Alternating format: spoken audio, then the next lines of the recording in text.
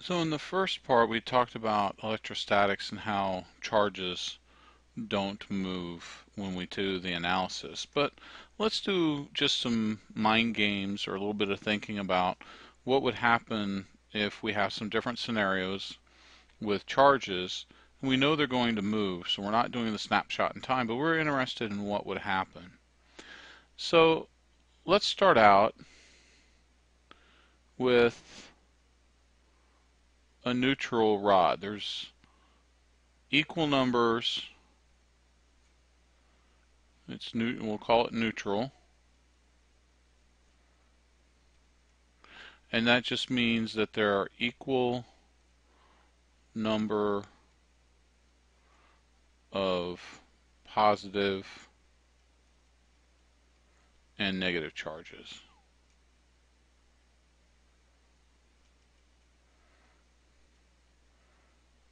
Doesn't mean that there aren't separate charges, it just means that there's an equal number.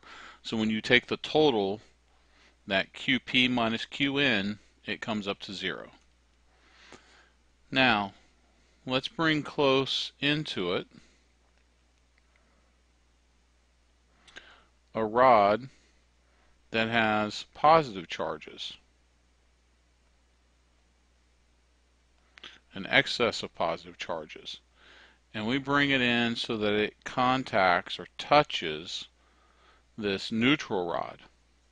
Well, since there's an excess of positive charges, then you're going to have a situation where the electrons from this rod are going to move into this positively charged rod because they're going to be attracted.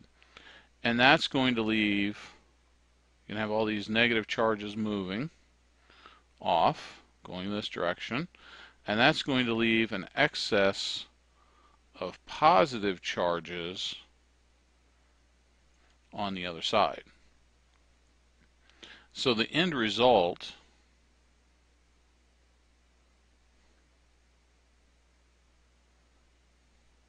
from those two touching is you're going to have positive charges on the one and positive charges on the other, but the total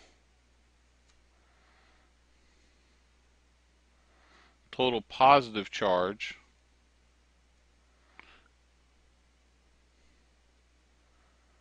is reduced in this rod on the left hand side, and the total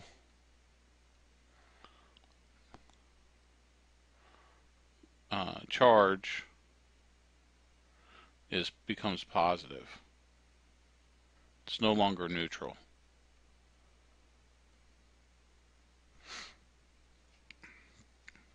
And that's just because charges are moving around.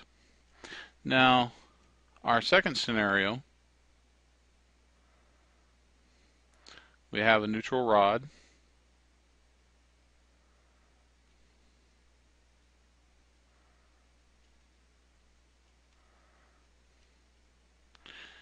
And I bring a rod with positive charges close to it,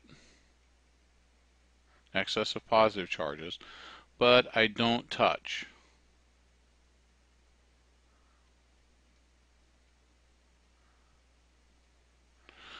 What will happen is the negative charges that are in the neutral rod are going to be attracted to the positive, and the positive charges that are in the rod are going to be repelled to the other side. So there's a charge split.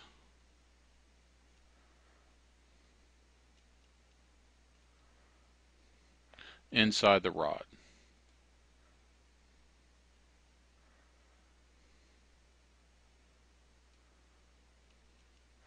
But it's still considered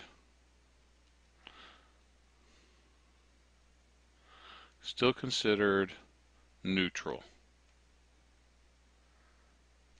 And the reason is if I take this extra charge away that's on the rod on the left, the charges are going to mix back together again and it'll still be neutral.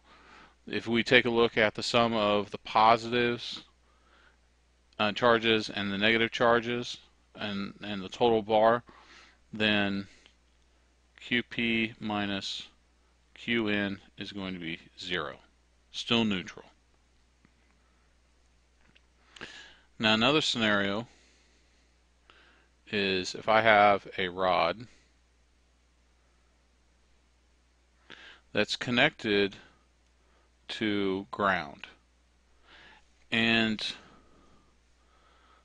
we call this ground because years ago people actually used to put wires into the earth, and it was a connection to the earth. The earth is one big charged mass, so if I connect that in, and now I bring in a, let's say a negative rod, a rod with negative charge.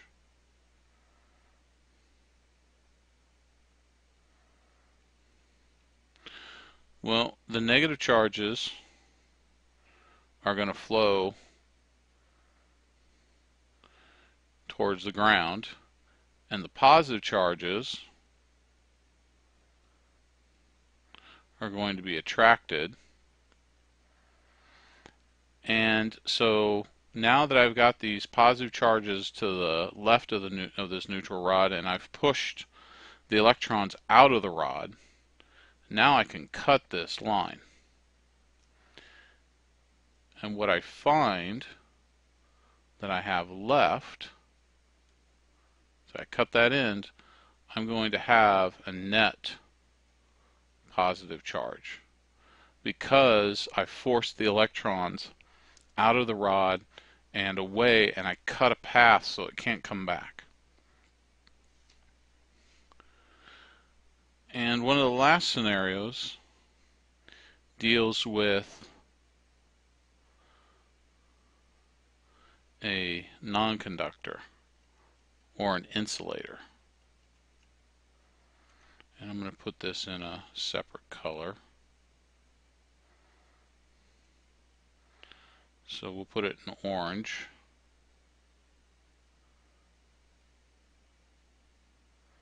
So this is a non-conductor or an insulator.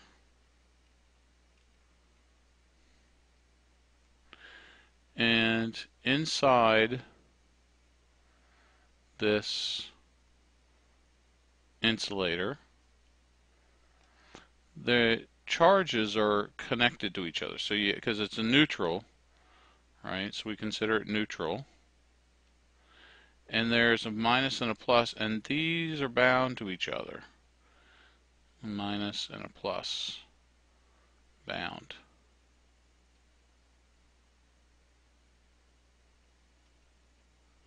All the way through. And so as I bring this positive rod closer to the insulator, the negative charges are going to want to move to the left, but they can't. And the positive charges are going to want to move to the right, and they can't. So there's this stretching of the bonds between these two charges. And you get this what we call a dipole effect going on because of this drawing of the charges in that way. Now there's a different way of being able to detect charges, and one of the instruments that's used is called an electroscope. Basically, an electroscope has this connector, has a rod that comes down, and then they have a wire, and I'm going to draw the side view, have a wire that comes down, and then they have a piece of gold foil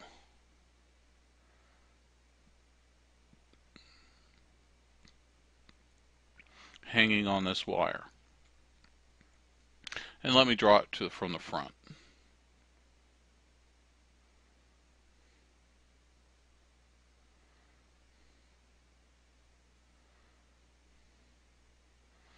So now let's say that I put a positive rod up here and I don't touch. Well, it's going to attract the electrons and it's going to push the positive charges. I should say it's going to attract the negative charges. It's going to repel the positive charges, and the positive charges are going to continue till they spread out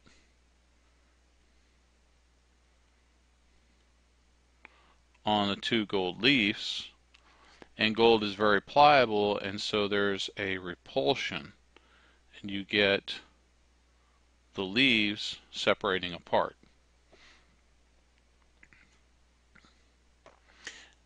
Now, if I take and change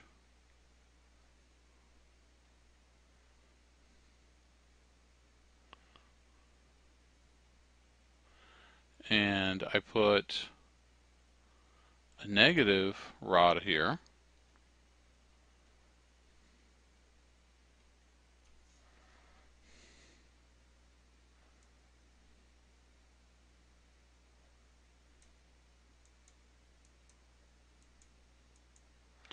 then the positive charges will be attracted and the negative charges will be repelled, and you're going to have the negative charges collecting on the gold leaf and the leaves are going to repel.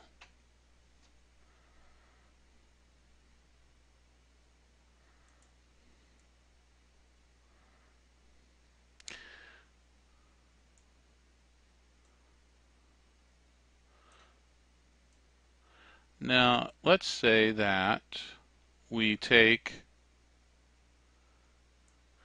and we actually put a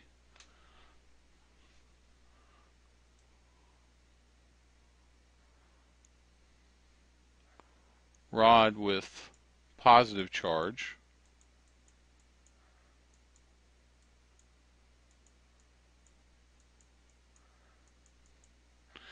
and so it's going to cause the minus or the negative charges to go into the rod, and the positive charges are going to go down into the gold leaf.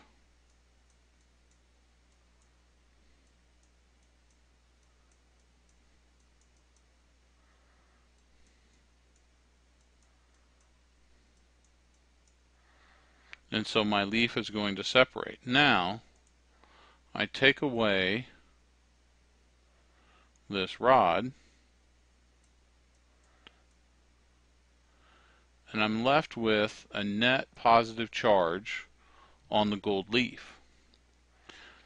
Well, I can then take and put a positive rod next to it. I don't have to touch it. And it's going to force more positive charges down into the electroscope. And that's just going to cause these leaves to go even further separated. So I would know that I had a positive charge. But now, for the sake of argument, let's say I change it and I bring a negative rod close. Well, now the positive charges are going to want to attract, and since there's more positive charges than negative charges, then the gold leaf here is these positive charges come off of this gold leaf and are attracted to the negative rod.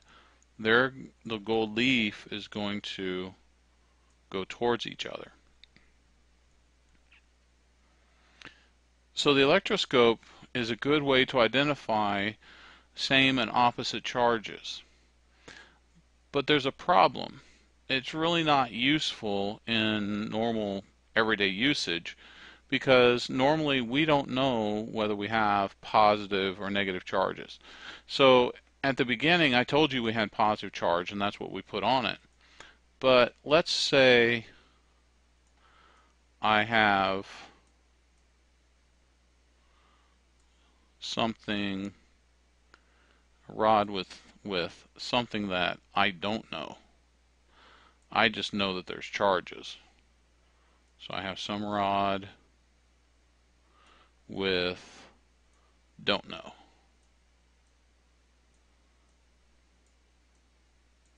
I just know I have some charge.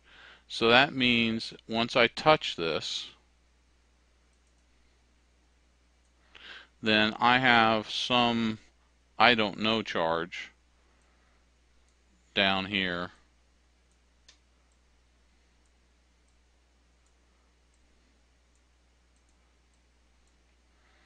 And so the only thing that this will tell me is whether the next rod that I put close to it has the same unknown charge or the opposite unknown charge.